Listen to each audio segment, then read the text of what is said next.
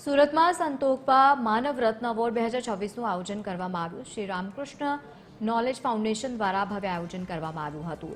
સંતોકબા હ્યુમેનિટાઇઝેશન એવોર્ડની જાહેરાત કરવામાં આવી। એલવી પ્રસાદ આઈ ઇન્સ્ટિટ્યૂટના સ્થાપક પદ્મશ્રી ડોક્ટર ગુલ્લાપલ્લી એન રાવને એવોર્ડ આપવામાં આવ્યું। ભારતીય સમાજની વિકાસ કાર્યક્રમમાં પદ્મશ્રી રીમા નાનાવનીને પણ એવોર્ડ આપવામાં આવ્યો। રાજ્યસભાના ઉપસભાપતિ હરિવંશ નારાયણસિંહ પણ ઉપસ્થિત રહ્યા હતા। રાજ્યસભામાં જે પ્રમાણે તેઓ ત્યાં ઉપસ્થિત તેમની જોવા મળી હતી। રાજ્યના નાયબ મુખ્યમંત્રી હર્ષ સંઘવી પણ આ કાર્યક્રમમાં ખાસ ઉપસ્થિત રહ્યા હતા। માનવતા અને સાથે જ સમાજ કલ્યાણ માટે કાર્યરત અગ્રણીઓનું પણ સન્માન કરવામાં આવ્યું।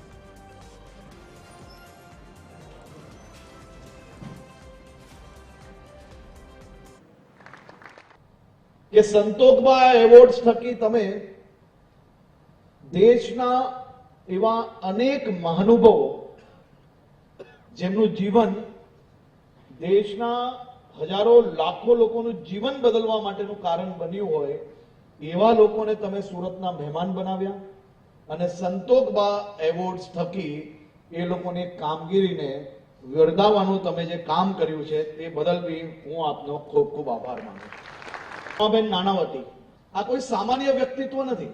યુપીએસસી ની પરીક્ષા પાસ કરવી એક વર્ષની અંદર આટલું મજબૂત અને ફ્યુચરિસ્ટિક કેરિયર છોડીને સમાજ જીવનમાં જે પીછડા છે એ તમામ લોકોને કઈ રીતે મદદ કરી શકાય તે દિશામાં એમને કામગીરી આગળ વધારી।